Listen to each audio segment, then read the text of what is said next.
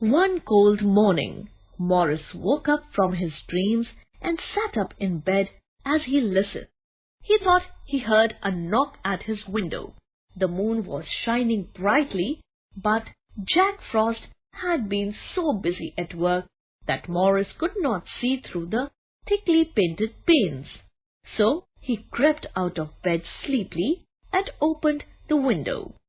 He whispered, "Who is there outside?" "I am," answered a tinkling voice. "I am the little New Year. Ho, ho! I have promised to bring a blessing to everyone, but I am such a little fellow.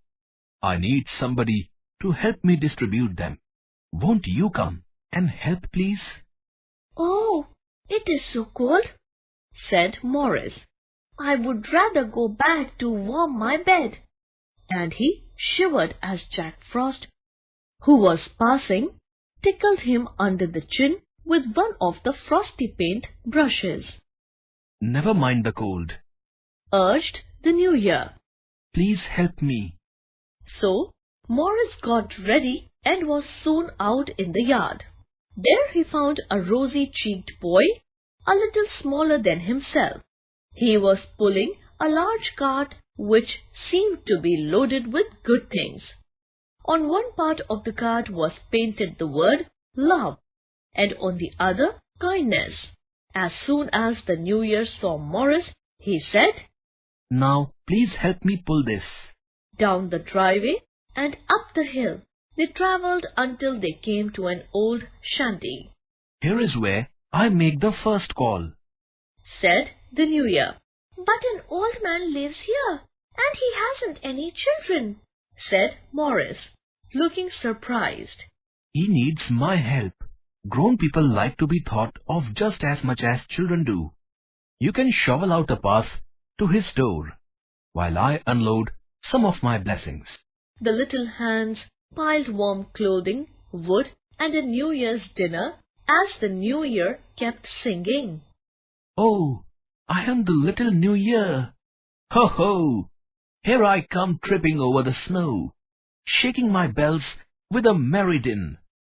So open the door and let me in." Old Joey came to the door on hearing some noise outside. When he saw all the lovely gifts, tears ran down his cheeks for gladness.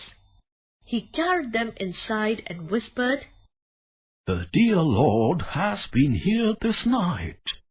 "Where are we going next?" said Morris, as they ran down the hill. "To take some flowers to a poor sick girl," replied the New Year. When they came to a small white house, the New Year stopped.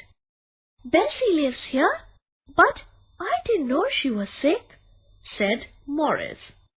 "The window is open a little. Let us throw this bunch of pinks into this room. They will please her when she wakes up, and they will make her happy for several days." Then they hurried to other places, leaving some blessings behind everywhere. "You have a wonderful cart," said Morris. "You have taken so much out of it, but it never seems to get empty." "You are right, Morris. There is never any end of kindness and love. As long as I find people to love and be kind to, my cart will have blessings for them. This cart will never get empty until I can no longer find who I can help. If you will go with me every day and help me scatter blessings, you will be happy all the long year." "A Happy New Year," said someone. Morris found himself in bed while his sister was at the door. "Have you had a pleasant dream?" she asked. "Where is the little New Year? He was just here with me," said Morris. "Come into Mama's room. There's a gift for you." There in a snowy white cradle was a tiny baby brother, the gift of the New Year. Morris was very happy, but he did not forget the dream. Old Joey and Bessie had their gifts too. Morris tried very hard to be helpful. He made all his friends glad because the Happy New Year had come.